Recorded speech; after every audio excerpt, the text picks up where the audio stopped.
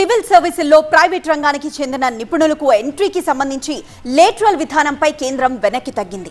విపక్షాల నుంచి తీవ్ర నిరసన ఎదుర్కోవడంతో కేంద్రం ఈ నిర్ణయం తీసుకుంది. రిజర్వేషన్లను రద్దు చేసే కుట్రను అడ్డుకుంటామన్నారు రాహుల్ గాంధీ. కేంద్ర ప్రభుత్వ ఉద్యోగాల్లో లేటరల్ ఎంట్రీ విధానంపై మోదీ సర్కార్ వెనక్కు తగ్గింది. 45 joint secretary, deputy secretary, director పోస్టుల భర్తీ కోసం జారీ చేసిన నోటిఫికేషన్ ను కేంద్రం రద్దు చేసింది. విపక్షాల నుంచి తీవ్ర నిరసన రావడంతో కేంద్రం ఆ నిర్ణయాన్ని వెనక్కి తీసుకుంది. పోస్టుల భర్తీలో ప్రైవేట్ రంగానికి చెందిన నిపుణులకు కూడా అవకాశం కల్పిస్తూ నోటిఫికేషన్ ఇచ్చారు. చిరాగ్ పాస్వాన్ లాంటి కేంద్ర మంత్రులు కూడా లేటరల్ ఎంట్రీ విధానంపై భిన్నాభిప్రాయాలు వ్యక్తం చేశారు. లేటరల్ విధానంతో పరోక్షంగా రిజర్వేషన్లకు మంగళం పాడుతున్నారని కాంగ్రెస్ నేత రాహుల్ గాంధీ విమర్శలు చేయడంతో పాటు ప్రతిపక్షాలు వ్యతిరేకించాయి. లేటరల్ ఎంట్రీ విధానానికి ఎన్డీఏలో భాగస్వామిగా ఉన్న తెలుగుదేశం పార్టీ సపోర్ట్ చేసినప్పటికీ జేడీయూ, లోక్ జనశక్తి పార్టీలు మాత్రం నియామకాల్ని తప్పుబట్టాయి.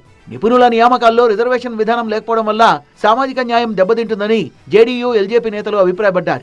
లేటరల్ ఎంట్రీ నోటిఫికేషన్ పై పునరాలోచించాలని చిరాగ్ పాస్వాన్ సూచించారు. ప్రభుత్వ ఉద్యోగాల్లో రిజర్వేషన్లు తప్పనిసరని, ఇందులో ఎలాంటి మినహాయింపులు ఉండవని స్పష్టం చేశారు.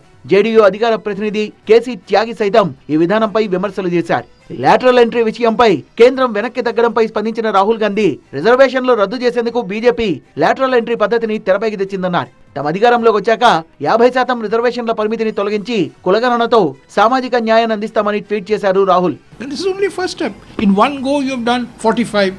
Next step you would have done 200. Then you would do 2000. Then what would happen to the Constitution of India? What would happen?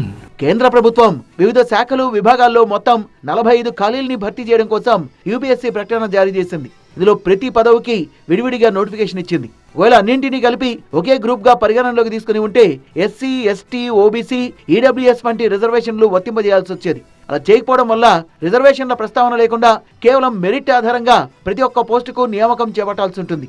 ఈలోగా ఇది రాజకీయ వివాదంగా మారడంతో ప్రధానమంత్రి వెంటనే ఆ నియామక ప్రక్రియను నిలుపుదల చేయాల్సిందిగా డీఓపీటీ మంత్రిని ఆదేశించారు. దీంతో లేటరల్ ఎంట్రీ విధానంపై కేంద్ర ప్రభుత్వం వెనక్కి తగ్గింది.